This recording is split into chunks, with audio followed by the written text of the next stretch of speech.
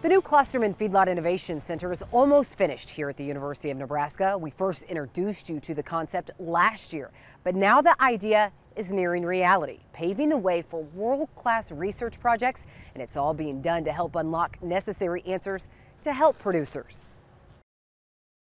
Walk into this Feedlot Innovation Center, and it's unlike anything you've ever seen. We thought this is the latest and greatest way for us to help the feedlot industry, help the beef industry focus on performance, environmental issues and challenges that we can address, animal welfare and behavior, as well as precision technology. It's all being done here, the new Klosterman Feedlot Innovation Center, a $7.2 million project that sprouted from an idea 4 years ago. We want to be a test bed for all of the latest innovations, not only that we would like to develop internally, but we also want to be a test bed for companies. So if there's industry innovations that companies are developing, many of them need to be tested in the real world.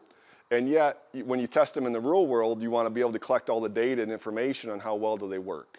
That's the role that we think we serve. Galen Erickson, who's also the Feedlot Extension Specialist for the University of Nebraska, is standing in the middle of the Klosterman Feed Technology Center, one of 4 buildings that now called the Feedlot Innovation Center home. It's a 240-head individual feeding facility.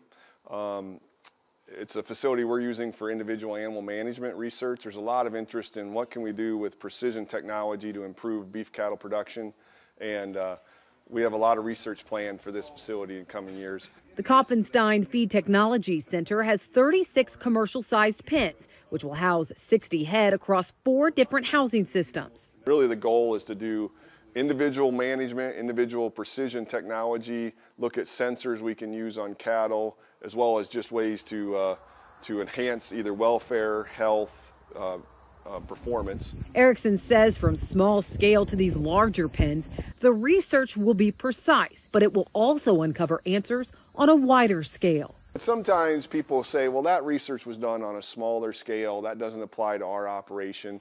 And so really excited because we now can do things that are directly applicable.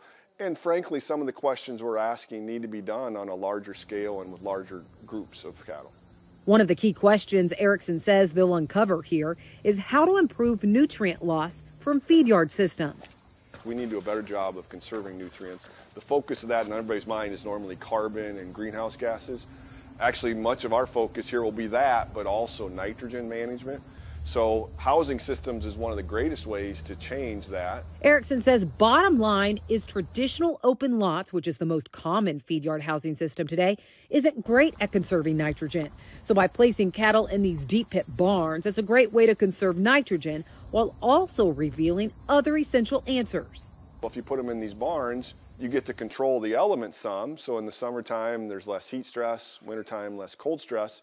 But they're also crowded in pretty good. And so we're looking at how do the cattle perform and behave in those systems? How can we manage nutrients in those systems compared to traditional open lots?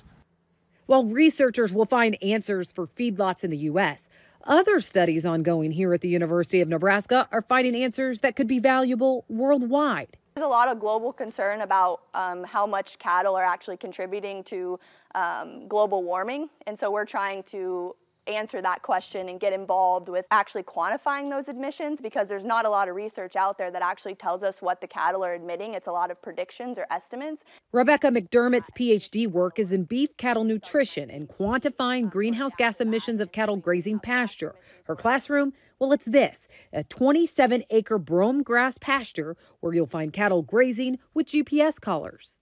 The research is 5 years in the works, and McDermott says they're already finding impactful insight, including what role the weather plays. When there's drought, there's less biomass or less forage on the field, and so that pasture is actually taking up less carbon. So then the cattle are carbon positive, meaning that they're contributing carbon to the environment, whereas in years where there's lots of rainfall, lots of forage, lots of biomass, then the pasture is actually taking up more carbon than what the cattle are emitting, so then that system is actually would be carbon neutral. From tracking cattle in the pasture to now being able to track cattle's feed consumption with individual ID tags in this feeding system, this research could shape the cattle industry in the years ahead. When that tag is scanned by this reader, we've decided, does the animal have access to this bunk, or does the animal have access to this bunk next to it? And we'll have different diets in these bunks that we can compare. So once that animal's ID is read, we've allowed it to either have access or not, and for how long. The Feedlot Innovation Center is tracking and measuring efficiency at every stage, ending with this finishing facility here. Between the Feed Technology Center, the 2 confinement barns in the middle, and the processing facility on the end, this state-of-the-art Feedlot Innovation Center is truly one of a kind. I always joke, cattle can't lie. So when we do our randomizations correctly, whatever the cattle perform in these 2 different systems, that's what the 2 systems tell us, because the cattle can't fool you. I think we'll have real-world application and things that producers can adopt tomorrow. The team says the new Feedlot Innovation Center should be stocked with cattle in the coming weeks. It's an exciting time here at the university. All right, up next, agriculture in space. It may seem out of this world, but thanks to research here in Lincoln, it's closer than you think. That story is next.